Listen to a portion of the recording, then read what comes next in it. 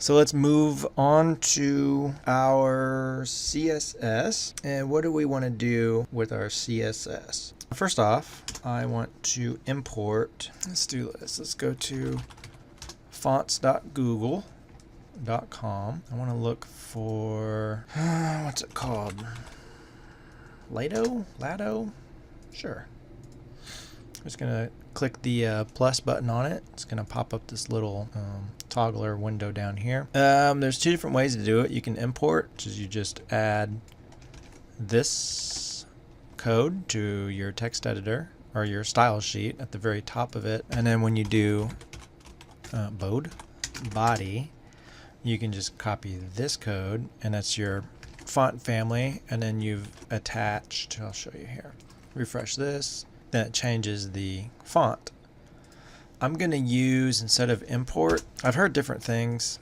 I haven't done my own testing on it, so I don't really know which one's better. But I've heard that's a little faster to use just your regular link tag, but I might be completely wrong. You can correct me if I am. But for now, we're just gonna use this. And it's basically the same thing as using import here. Okay, so that's done. Great. I am going to be using some CSS variables. We're not doing less or Sass or anything like that. This is just raw CSS3. It's pretty cool. You can use just variables in here, and they look like this. We do hyphen. I'm going to do a primary text. You can name these whatever you want to name them. And I want this to be a darker color.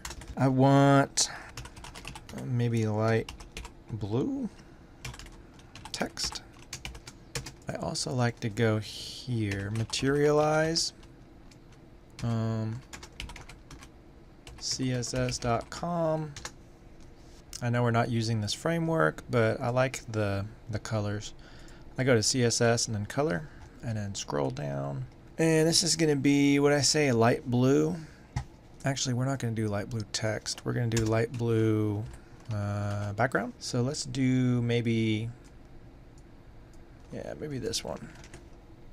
We'll see. We can change it up if we need to. Cool thing about Visual Studio Code is it gives you a little preview of the color right here. And if you're not happy with it, you can just grab the color picker here and just move it around. So we will be using these different variables for our Legith. We'll just do light. For our different elements down there in the styling, this is just going to be a white. And do I want? Yes, light text. For the button color, I want to do my own coloring on that. 508 ABC. Yeah, sure. Why not? And then teal color. We can grab like maybe this one. So honestly, the coloring it can be whatever you want it to be. It doesn't have to be these. You can grab your own coloring. You can do it your way. You don't need to use the variables. I like using the variables because I can change the color in one spot and it updates everywhere where I'm calling that variable. So I don't have to go through and change, the hash value or the hexadecimal value of the sorry, not a multitasker here. That way I just change it here and I don't have to change it all the way through my styling. So I think that's going to be it for the variables. On the body, I'll show you right here. We're going to do color row, or we'll just stick with color. What do we want this one? Maybe primary. See, I call it. Yeah, that's fine. That's fine. So we're done with this. We just come back here. We can save this, come back here and refresh this. It changed just slightly. Okay, not bad, not bad. We already have the font family on there, so that's good. We can do box sizing, border box, and what this does, this allows, or it kind of does its own calculation with the padding and the margin when you're doing columns and that kind of stuff. It keeps things from, when you float them, it keeps the elements from like getting out of their place on the page. It's a horrible explanation of it. Just trust me right now, just put that box sizing in there and you'll know a difference if you don't use it, but when you have it on there, it's great. Padding, I'm going to be using, instead of pixels, I'm going to be using M's. And let me just do this real quick. So the default font size is 16 pixels, right? So I really don't have to specify that here, but I'm going to. I like to have it as a kind of visual reference, a reminder. So 2.6M and 3M. And what this is saying is I want the padding top of the body, because we're looking at the body element, to be less than 16 pixels, so 0.45, almost half of that. The left and right, because I only have 3 values here. If I had 4, it would be top, right, bottom, and left, but since I have 3, it's top, left, and right, and bottom. So it's just some padding there. We're going to do line height. Actually, let's just look at that now. So if I save that, you can see it makes it look a lot nicer. I like doing line height around 1.5 or 1.6. Just kidding. We can save that. And just add some spacing there. And font size, we've already got that. Put that at the bottom so I can see it. I already know it's 16 pixels, but I just like to reference it. So for our heading, I'm just going to do a margin bottom 0 because a heading tag or heading element comes with margin by default. So if I remove it, it just took a little bit out of there. It's just scooting the paragraph up a little bit. So now we've got, I'm going to look at the paragraph and the heading here. I'm just going to show you this selector real quick. So it's an H1 plus P. So what does that do? Let's look at this real quick. So let's just type in CSS selectors, and we can look at the W3 schools. That's fine. So if you guys aren't familiar with this, I would highly recommend to study it. It can come in handy anytime you're wanting to do any kind of CSS selector. I mean, you're getting into like the $sign, and it's pretty crazy the level of detail you can select items. So right now we're doing like this example div plus P. We're doing H1 plus P. So what that does is selects all, in our case, all P elements that are placed immediately after, in our case, an H1 element. So we're looking at this paragraph because it's immediately after an H1. So that's kind of a long example of what we're doing there. But we're going to do font size 1.08. Save that, and then we just look at this right here. It's just a little bit bigger, so it's slightly over 16 pixels. And I believe if we go to calculator, if you type in, what was the formula? Let me look. I think it's 18 divided by 16. Yeah. So if you know the pixel size you want to do, you can type it in first in your calculator. Like say we want to do 24 pixels. We would do 24 divided by the font size, the pixel font size of the page. So in our case, it's 16 pixels. And if you don't specify it, then it's going to be 16 pixels. So that would obviously give us 1.5. Like if you want to look at, 48 pixels, 48 pixels divided by 16, I'll give you 3. So it's just that's how I get my M units of measurement here. So the color, I guess I should explain this. I didn't explain this. So referencing our variables, in case you haven't figured it out already, we just type var and then just the name of the variable, and that's how you call that variable. I know it's kind of straightforward, but I don't think I talked about it earlier. That might have been helpful. We're going to do light blue. No, I was right. That was going to be text.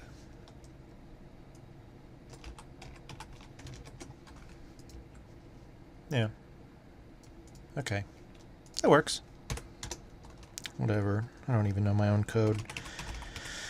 We're going to do a margin top on that one of half of half 0.5 M, and then a margin bottom of 2.65 M, and then padding bottom 1.325 M, and then we're gonna do a border bottom of 1 pixel, and then we just want it dotted, and that's just gonna kind of bring this all together. You ready? Pretty. Not bad, not bad. Okay, So what do we got here? We've got that kind of styled. We've got this styled. We've got our border there. Let's move on down.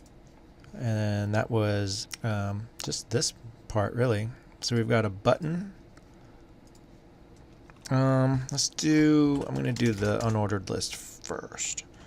And we're just going to do padding left of 0 to remove any padding on there. And then list style none. And that's going to remove these bullet points and scoot it all the way over. Because the bullet points, you can remove the bullet points.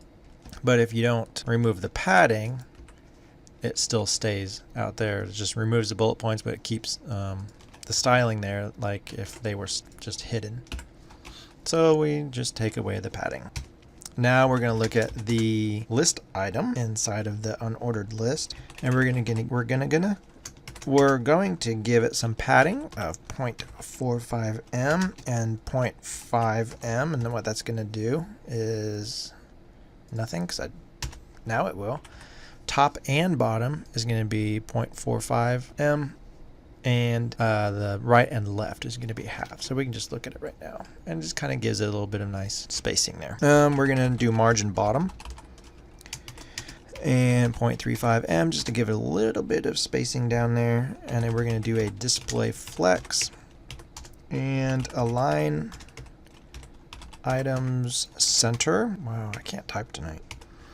And then text transformation, or text transform rather, capitalize. And then that's going to, you notice I typed this capital W and these were all lowercase. Well, now it capitalizes each word. Pretty nice. I don't have to, you can just type in whatever you want to type in and it would capitalize that A. Very cool. So that's it for the list item, and we are getting close to being done. I'm going to look at the input and the button elements together. We're going to do a font size, not quite 16 pixels. We'll do a little bit less. And then padding, 65 and you guys feel free to play around with your own padding. You can do pixels if you want to. You can do point. I mean, you can make it your own. This is just the way I did it. It doesn't make it the right way. You can probably do it way better than this. So there's that. Boom. There we go. Okay. And let's just look at just all the div elements. We do margin top of 2.8 padding of 1.5 the top 0 padding on the left and right, and 0.5 on the bottom. And then border top, let's give it 1 pixel. Dotted. Let's do light blue text. So if we save that, come over here and refresh it, we add this line here and some little padding. Everything looks nice. Now let's look at the paragraph with the class of description. And so that's input. So here is this paragraph with description, and then what do we want to do here? I'll do this. I'll show you. And then just paragraph with the nth child of 2. I will explain that. Font weight bold. Save that. Come over here, and it made this one and this one bold. So the paragraph with the class of description is obviously this one because I have a class on it. This paragraph doesn't have any class, so there's no like real obvious easy way like a class or an ID to select this paragraph. So I had to use this nth child. And if we come here,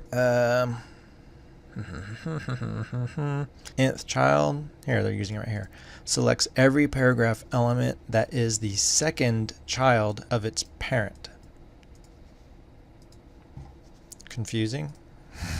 So this is the parent of this container. This would be the first child, the H1 would be the first child, and this paragraph would be the second child. So if this button was there, then the button would be bold and not the paragraph. But okay, so moving on. I hope that makes sense. So we're going to look at the button, and then we're going to do color, var. Let's do the white. light text. I think that's one of them, wasn't it? Yeah, light text. Background. Var, did I have a button one? Did I do that? Am I smart enough to do that? Button color, nice. I am smart sometimes. Button color, so if we save that, there we go. Things are starting to look pretty nice. And that's referencing the button element, so it's looking at every single button. Let's do a border. So, solid of 1 pixel. Let's do a border color of, let's do a red, green, blue, and we're going to do black. Width, let's just do like barely any opacity on it. And that's just going to be the border around the button, so it's going to remove this weird gray. And it's, I mean, I don't even know if that was worth doing that. You can't really even see it. But also, let's just do, I keep doing that. Cursor pointer. So now when we hover over a button, we've got a pointer. And you can do that one of two ways. Actually, you can do it quite a few ways, but you can just add it there, or you can do button and then the hover, and then you can put that there. And it's the same thing. See? It's just a little bit more code, so I just keep it right there because we're going to hover over it anyway. So now I want to add a little bit of spacing between these two buttons, and that would be these two buttons. What? These two buttons. The add item and the remove last item. So we can do that by doing kind of what we did earlier. With the H plus P, we can do button plus button and margin left. And let's just do like half. That just gives a little bit of spacing right there. And remember, that is, in this case, it would select all button elements that are placed immediately after button elements. So that is the perfect example of this. It's a button placed immediately after a button. It doesn't work on this because this button is placed after an input. This button is by itself, and this button is after an input, so it only applies to this one. I hope that makes sense. Let's do the paragraph immediately after button. And background, let's give this one the teal color. That's this one. And that's saying, look at the button that's immediately after a paragraph. And here's our paragraph. And so there's the button immediately after the paragraph. And again, these, we just went over those, so that should make sense. Container, which is the class that is wrapping the entire, it's this section. I didn't make that a div because I referenced all the divs here, and I don't want that section div to have this styling. So it's just a, you could do it like this. Section with a classic container. Width of 80% is good, but I want to give it a max width of like 900 pixels should be good. And then margin auto, and that's just going to center everything up. So now when we come here and we refresh it, it brings everything in. It's always going to be 80% the width of the window, or its container. The container is always going to be 80% width of the window, and then the max width is going to be 900 pixels. So we can stretch the screen as wide as we want to, and it's just going to stay, within these boundaries. Not too bad. And should we, let me think. I guess if we're going to do this, we might as well do it right? Let's make it mobile responsive. So let's do screen, and we'll do max width of 700 pixels. And what do we want to do? So max width is saying anything under 700 pixels, 699 pixels and below. So the buttons already and the input. I think I want to make all the buttons block, so they go all the way across. And I think we can just do it with the inputs also. So let's just do button. Button. Width of 100%.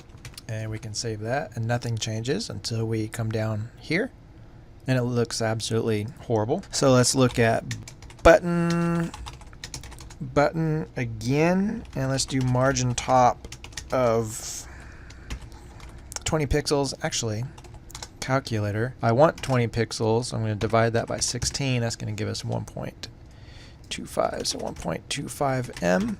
And then, so if we save that and refresh it, it gives that spacing, or that spacing there. It's scooted over a little bit, and that's because up here we did a margin left. So let's just remove that margin left. Margin left of 0, and then that should scoot it over, and it did. Very nice. And what else? The inputs. Let's do this. So let's do the input with the buttons that are immediately after the inputs. Let's give it a little bit of margin on the top of 20 pixels, so 1.25 m, and that's just going to give the spacing here. So if we save that, these two, this one and this one, are going to scoot down because we're looking at the button that's immediately after the input. Okay, not bad, not bad. And then on the container, let's just make it just 100% wide, because we don't need it 80% on smaller screens. So there, we've got these buttons here. They're not that bad. Then when we get smaller, nice. What else do we want to do? Actually, let's do, I'm going to put the input. Let's make the input like 90%. There. I mean, it's not perfect, but it's not bad. So I've got a little emulator up here. It's a Chrome browser add-on. It just shows you what the page would look like. In this case, on if you hover over it, says iPhone 5. Most Android phones. This isn't like a full-blown mobile responsive code along, but might as well make it somewhat responsive. Yeah, good enough. So that's going to be it for the styling. So up next, we'll add functionality to this site by adding JavaScript. So I look forward to seeing you then. See you soon.